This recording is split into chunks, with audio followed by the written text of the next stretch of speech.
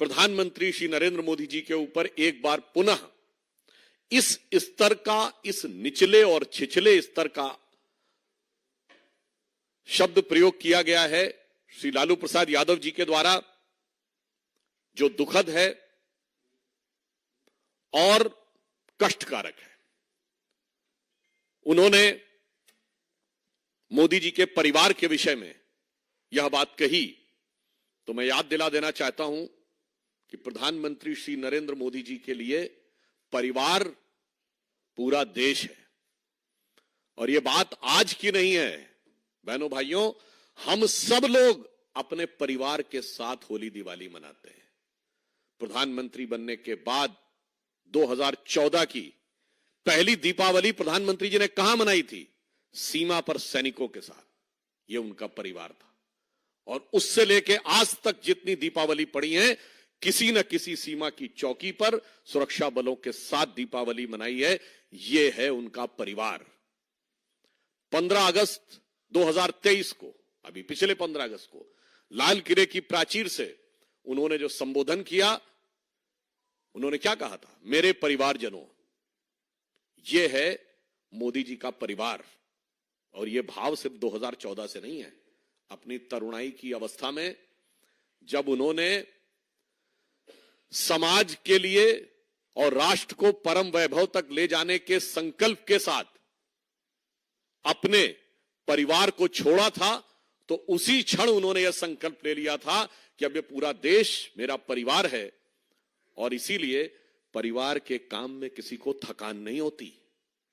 इसीलिए 10 साल में एक दिन की भी छुट्टी मोदी जी ने नहीं ली है। यह उसी समय का संकल्प था। मोदी जी ने अपना जीवन जिस ढंग से जिया है इस देश को परिवार मानते हुए, उसे एक पंक्ति में कहा जा सकता है कि तन समर्पित, मन समर्पित और यह जीवन समर्पित, चाहता हूं देश की धरती तुझे कुछ और भी दूं। और इतना ही नहीं, स्वप्न अर्पित, प्रश्न अर्पित, आयु का क्षण क्षण समर्पित, चाहता हूं देश की धरती तुझे कुछ और भी दूं। इसलिए प्रधानमंत्री बनने से लेकर आज तक 10 साल में 10 घंटे की भी उन्होंने कोई मोहलत या छुट्टी नहीं ली है। और वो लोग आके आज शिक्षा देते हैं जो जब तब छुट्टी मनाने विदेश जाते थे। और मैं लालू प्रसाद यादव जी को भी यह बताना चाहता हूं, महोदय, आप सूप बोले तो बोले और चलनी भी बोले जिसमें 100 छेद। जो इरेडिकेशन ऑफ सनातन धर्म की कॉन्फ्रेंस करते हैं, उत्तर भारत में हिंदू धर्म को धोखा बताते हैं, जिनकी सरकार के शिक्षा मंत्री पोटेशियम साइनाइड बोलते हैं, तो रामचरितमानस और हिंदू धर्म ग्रंथों के बारे में तमाम अनाप शनाप, उल्टी सीधी और अत्यंत निंदनीय बातें करते हैं। अब वो हिंदू होने के सर्टिफिकेट देने लगे। तो मैं इनकी बात का उत्तर सैद्धांतिक भी देता हूं और राजनीतिक भी। लालू प्रसाद यादव जी को मैं याद दिलाना चाहता हूं, महोदय, अगर आपके शिक्षा मंत्री ने थोड़ी सी शिक्षा हिंदू धर्म से ली होती तो उसे समझ में आता। हिंदू धर्म में, सनातन धर्म में पुत्र का महत्व नहीं होता है, शिष्य का महत्व होता है। श्री राम मंदिर की प्राण प्रतिष्ठा हुई है। मैं आप सबसे पूछना चाहता हूं, आपने हनुमान जी के जो उनके भक्त थे और शिष्य, हजारों हजार मंदिर देखे होंगे, उनके पुत्र लवकुश के मंदिर देखे कहीं? पुत्र का नहीं, शिष्य का महत्व है। द्रोणाचार्य, उनके बेटे अश्वत्थामा का स्थान नहीं ऊंचा है, अर्जुन का स्थान ऊंचा है, जो उनका शिष्य था। भगवान राम ने अपनी सारी शक्ति हनुमान जी को दी है। द्रोणाचार्य ने विद्या पुत्र को नहीं दी, शिष्य को दी है। और भारत की परंपरा क्या है? हिंदू धर्म की परंपरा है गुरु शिष्य परंपरा, पिता पुत्र परंपरा नहीं। ये आपके दिमाग में भरा हुआ है। इसीलिए हिंदू धर्म के ऊपर बने हुए इन ज्ञान देव पांडे लोगों को पहले समझना चाहिए कि हिंदू धर्म क्या है और उसके बाद बोलना चाहिए। मगर क्या करें? मैं एक और बात कहना चाहता हूं। लालू प्रसाद यादव जी ने कहा मोदी जी के लिए कि वो हिंदू नहीं है। अरे भाई, इंडी गठबंधन के लिए कोई भी हिंदू नहीं है। उनके लिए याद है क्या हिंदू नहीं है? हिंदू अगड़ा है, पिछड़ा है, दलित है, सवर्ण है, उत्तर भारतीय है, दक्षिण भारतीय है, वो वो कन्नड़ है, वो तमिल है, वो तेलुगु है, वो मराठी है, वो पंजाबी है, वो बंगाली है और वो हिंदी है, पर हिंदू नहीं है। क्योंकि आपको टुकड़े में ही देखना है, आपकी नजर ही वो टुकड़े वाली है। क्योंकि देश के टुकड़े टुकड़े करके एक परिवार ने एक जमाने में सत्ता पाई और आज एक नारा लगा के भारत तेरे टुकड़े होंगे कहने वालों के साथ खड़े वह गिद्ध दृष्टि लगाए बैठे हैं कि किसी एक टुकड़े के ऊपर मुझे हुकूमत करने को मिल जाए। परंतु मैं आश्वस्त करना चाहता हूं कि मोदी जी के प्रति जो ये व्यक्तिगत अपमान किया है, जनता जनार्दन हम कहते हैं ना, जनता जनार्दन के भाव से शिशुपाल की तरह एक एक गाली गिन रही है। और निश्चित रूप से जैसे भगवान ने उचित समय पर उचित प्रत्युत्तर दिया था, तो ये इनके अहम मान्यता का जो शीश, राजनीतिक शीश है, इसका प्रत्युत्तर जनता जनार्दन देगी। और वो भाव आज देश के सब लोगों के मन में, जन जन के मन में, राजनीतिक क्षेत्र में काम करने वाले लोगों के मन में, भारतीय जनता पार्टी के हर कार्यकर्ता के मन में आक्रोश के साथ, परंतु समाज के प्रति निष्ठा के साथ उभरकर सामने आया है। इसलिए स्वतः स्फूर्त ढंग से, यानी सेल्फ इंस्पायर्ड होकर भाजपा के सभी कार्यकर्ताओं ने आज सोशल मीडिया के सभी प्लेटफॉर्म्स पर जो अपना प्रोफाइल लोगो है उसमें मोदी का परिवार शब्द, मोदी का परिवार शब्द ऐड कर लिया है। स्वतः स्फूर्त और उस भाव से प्रेरित होकर जो मोदी जी ने अपने जीवन के शुरुआत से लेकर मुख्यमंत्री बनने से लेकर प्रधानमंत्री बनने तक किया है। आप चाहें तो इस विषय को वेरीफाई कर सकते हैं। हमारे राष्ट्रीय अध्यक्ष आदरणीय जेपी नड्डा जी और समस्त वरिष्ठ नेताओं के सोशल मीडिया प्लेटफॉर्म से यह बात स्पष्ट रूप से समझी जा सकती है। हां, मैं एक और बात भी कहना चाहता हूं।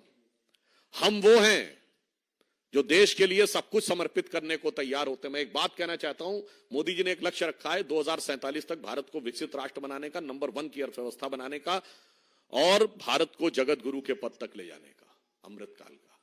मैं देश के लोगों से पूछना चाहता हूं, ये लोग जो आज परिवार की बात करते हैं, ये मैं आप सबके सुलभ संज्ञान के लिए हमारे राष्ट्रीय अध्यक्ष आदरणीय जगत प्रकाश नड्डा जी का ये सोशल मीडिया का प्रोफाइल दिखा रहा हूं।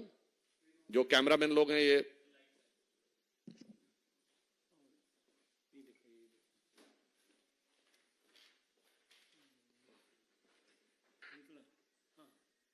दिख रहा है, ये कैमरा फोकस कर सकते हैं इस पे।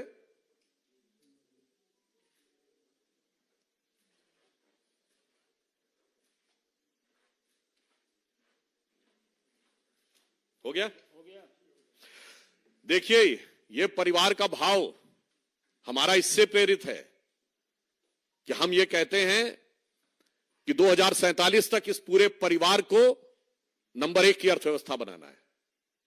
मैं पूछना चाहता हूं, ये जितने आज परिवार के एक एक परिवार के राजतंत्र जो जैसे चलता था, उस राजतंत्रीय परिवारों के बरखुरदार लोकतंत्र के अलंबरदार बन के खड़े हैं, इनमें से क्या आपको लगता किसी का लक्ष्य है कि 2047 तक भारत को विकसित राष्ट्र और जगत गुरु बनाना है? ना, इन सब का लक्ष्य है कि 2047 तक यदि इनकी पार्टी रहे तो इनके परिवार के हाथ में सत्ता रहनी चाहिए, और यदि सत्ता मिल जाए तो सारी अर्थव्यवस्था इनके परिवार की मजबूत होनी चाहिए। मोदी जी का लक्ष्य है भारत विकसित प्रखर होकर आना चाहिए और भारत की अर्थव्यवस्था मजबूत होनी चाहिए। इसलिए हम ये कहते हैं ना, हम रहे ना रहे, भारत ये रहना चाहिए। ये कहते हैं भारत रहे या ना रहे, भारत चाहे टुकड़े में रहे, मेरा परिवार रहना चाहिए। आपको याद हो हमारे, और ये कोई ऐसा नहीं कि हम कल की प्रतिक्रिया में बोल रहे हैं, हमारे राष्ट्रीय अधिवेशन में आपको याद हो आदरणीय अमित शाह जी ने क्या बोला था इन सारे दलों के लिए। 7 पारिवारिक दलों के अलंबरदार आज आकर ये कहते हैं, इनका क्या लक्ष्य है? लालू प्रसाद यादव जी का क्या लक्ष्य है? मेरा बेटा सीएम बन जाए। स्टालिन जी का क्या लक्ष्य है? मेरा बेटा सीएम बन जाए। शरद पवार जी का क्या लक्ष्य है? कि मेरी बेटी सीएम बन जाए, ममता जी का क्या लक्ष्य है, मेरा भतीजा सीएम बन जाए, और स्वर्गीय मुलायम सिंह जी अपने बेटे को सीएम बनाकर ही गए। ये सोच में अंतर है, हमारी सोच और उनकी सोच में।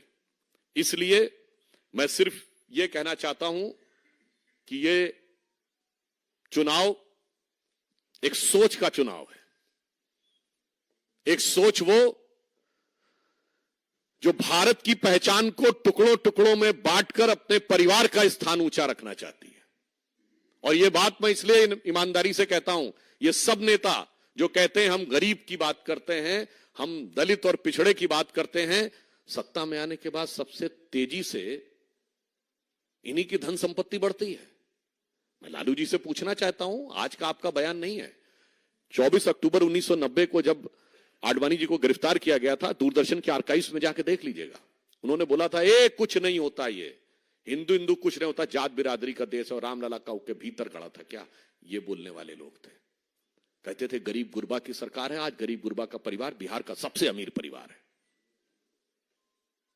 मोदी जी कहते हैं तन समर्पित मन समर्पित और यह जीवन समर्पित, वो कहते हैं नौकरी चाहिए तो तेरी जमीन भी मुझको अर्पित, पैसा ना हो तो इसलिए मैं सिर्फ यह कहना चाहता हूं कि यह विषय एक गंभीर विषय है, जिसको लेकर भारत के हर व्यक्ति के मन में वेदना है, और वही वेदना भाजपा के कार्यकर्ताओं के मन में भी। और एक दूसरा विषय और मैं आपके सामने ध्यान में रख देना चाहता हूं कि भारत की राजनीति के स्वघोषित स्वयंभू कट्टर ईमानदार अजब और अलबेले किरदार दिल्ली के मुख्यमंत्री श्री राहुल गांधी जी ईडी के सामने जाने से लगातार बच रहे हैं। सॉरी, अरविंद केजरीवाल जी, क्षमा चाहता हूं।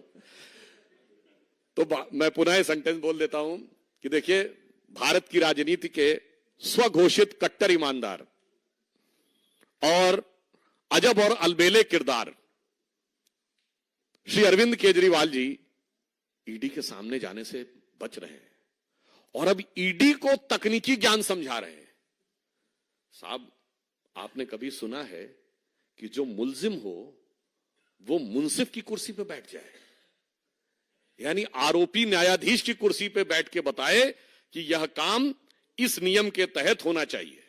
और मैं इनका एक पुराना 10 सेकंड का स्टेटमेंट सुना रहा हूं। कर दो सीबीआई, बंद कर दो एनफोर्समेंट डायरेक्टरेट, बंद कर दो सारी जांच एजेंसियां, बंद कर दो एसीबी। अगर तुमसे जांच नहीं होती तो जांच करानी है, सोनिया गांधी को गिरफ्तार करो, 2 दिन उसका इंटेरोगेशन करो, देखो पता चल जाएगा किस किसने रिश्वत ली और किस किसने। समझदार व्यक्ति हैं और उन्हें तो पता है कि शायद 2 दिन की भी जरूरत ना पड़े। ईमेल भेजा गया था, इसलिए भी मैं बात कह रहा हूं। बाकी पार्टियां जब भ्रष्टाचार के आरोप पे लड़ती हैं तो अपनी बात पे कायम रहती हैं। इस किरदार का ये देखिए, ये किरदार कितना बड़ा कलाकार है कि इन्होंने शराब नीति बनाई और सीबीआई इंक्वायरी हुई और विड्रॉ कर ली। अब जब विड्रॉ कर ली है तो उनको यह बात पता है अच्छी तरीके से कि विड्रॉ की है तो कुछ ना कुछ गड़बड़ होगा। ये बातें सामने आ चुकी हैं कि ईमेल किए गए थे, इसीलिए लैपटॉप नष्ट किए गए, फोन नष्ट किए गए। उन बातों में मैं डिटेल में नहीं जाता। ईमेल किए गए संबंधित व्यक्ति को, और जब वो ईमेल किए गए और लौटकर संबंधित व्यक्ति ने जो सुझाव दिए वो इनकॉर्पोरेट किए गए, तो शायद उन्हें बिल्कुल अच्छी तरह पता होगा कि शायद कुछ मिनटों में ही जब वो सबूत दिखाए जाएंगे तो ये निरुत्तर हो जाएंगे, इसलिए शायद वो बच रहे हैं। मगर मुझे लगता है कि ये देश के लिए एक बहुत चुनौतीपूर्ण बात है, और अदालत के सामने जो लोग अभी तक दागदार हैं और जिनको किसी भी प्रकार का उनको छूट नहीं मिली है, समझिए वो शीशे की अदालत में खड़े होकर पत्थर की गवाही की बात कर रहे हैं। इसलिए मैं इन दोनों इसलिए मैं कहना चाहता हूं, ये एक नया किरदार है जो न वकील में विश्वास रखता है, न अपील में, न दलील में, न सिपाही जो मुल्जिम को मुंसिफ बना देता है। इसलिए हम ये कहना चाहेंगे, इससे एक भारत की जनता के लिए भी एक विचारणीय बिंदु मिलता है। ये जो नई एक्सपेरिमेंटल पॉलिटिक्स की बात लोग करते थे, दो प्रकार की चीजें हैं। ये अब वो जमाना चला गया। ये एक नई प्रयोग धर्मी राजनीति थी, वो कितनी रेडियो धर्मी सिद्ध हो गई आपको दिखाई पड़ रहा है। रेडियो धर्मी समझते ना, रेडियो एक्टिव डिके जो कर देता है। और ये एक पुरानी वाली राजनीति है जो काट छाट कर जाति क्षेत्र भाषा में तोड़कर बना के रखना चाहती है। इन दोनों का समय चला गया। कोई एक्सपेरिमेंटल पॉलिटिक्स का अब दौर नहीं है। और अब एक तरफ बिल्कुल जो actual politics, developmental politics Modi ji के नेतृत्व में है, उसका समय है। अंत में मैं पुनः पार्टी की तरफ से बहुत वेदना के साथ इस जहां से बात शुरू की थी, इसी मोहब्बत की दुकान से निकले हुए असली जहर बुझे सामान वाले इस गठबंधन के प्रति अपनी वेदना व्यक्त करते हुए यह विश्वास व्यक्त करता हूं कि जनता जनार्दन मोदी जी के प्रति निरंतर किए गए ओछे और हल्के टिप्पणियों का जैसा समय समय पर पिछले वर्षों में जवाब दिया था, वैसा ही जवाब देगी। जिसे रहीम दास की इस पंक्ति के साथ समाप्त करता हूं कि जे बड़ेन को लघु कहें नहीं रहीम घट जाए। किसी बड़े व्यक्ति को कितना छोटा सिद्ध करने का प्रयास करिए, वो छोटा नहीं हो जाता। जे बड़ेन को लघु कहें नहीं रहीम घट जाए, गिरधर मुरलीधर कहें महिमा बदलत ना है। भगवान कृष्ण को आप इतना बड़ा पर्वत उठाने वाला गिरधर कहिए या छोटी सी मुरली उठाने वाला मुरलीधर, उनकी महिमा में अंतर नहीं आता है। तो बड़े को छोटा सिद्ध करने का जो भी प्रयास है वह निष्फल होगा और जनता जनार्दन का पूर्ण आशीर्वाद इस जवाब का समुचित प्रत्युत्तर होगा।